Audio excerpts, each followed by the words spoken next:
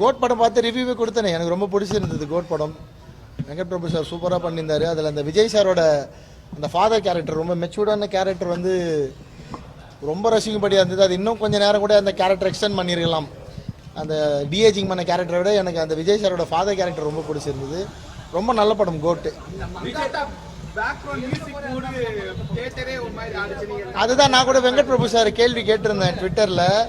Venkat Prabhu sir இன்டர்வியூல சொல்லியிருந்தாரு, தலைனா அது சினிமாவில் அஜித் சார் தான், கிரிக்கெட்டில் தான் டோனி, தலைனா இந்திய சினிமா முழுக்கவே அஜித் சார் பேர் தான் அப்படின்னு சொல்லி ஓப்பனாக வெங்கட் பிரபு சார் சொன்னதோட அந்த சர்ச்சை முடிஞ்சிச்சு. அந்த நடிகை பேசினது அவங்களோட அறியாமை, அவ்வளோதான் பண்ணுறேன்.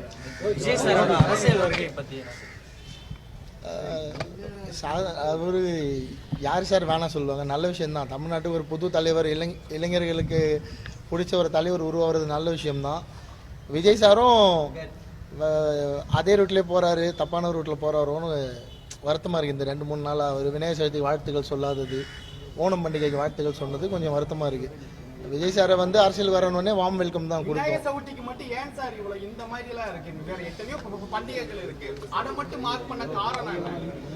பயம்தான் சார். விநாயகர் சதுர்த்தி அப்படின்னா இந்துக்கள் பண்டிகை ஆயிடுது. நீங்கள் இந்துக்களுக்கு ஆதரவு கொடுத்தீங்கன்னா இன்னைக்கு இந்தியாவை ஆளக்கூடிய பிஜேபிக்கு சப்போர்ட் பண்ணுற மாதிரி ஒரு தோரணை நீங்களாம் உருவாக்கி விட்டுறீங்க.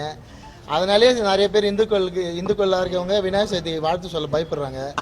நீங்கள் கொஞ்சம் அதை சரி பண்ணிக்கிட்டீங்கன்னா நிச்சயமாக எல்லாரும் விநாயகர் சதுர்த்தி வாழ்த்துக்கள் சொல்லுவாங்கன்னு நம்புகிறேன்.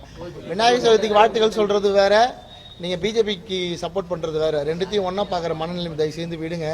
அப்போ தான் இன்னும் ஓப்பனாக நிறைய பேர் வந்து வெளிப்படையாக வாழ்த்துக்கள் சொல்லுவாங்க.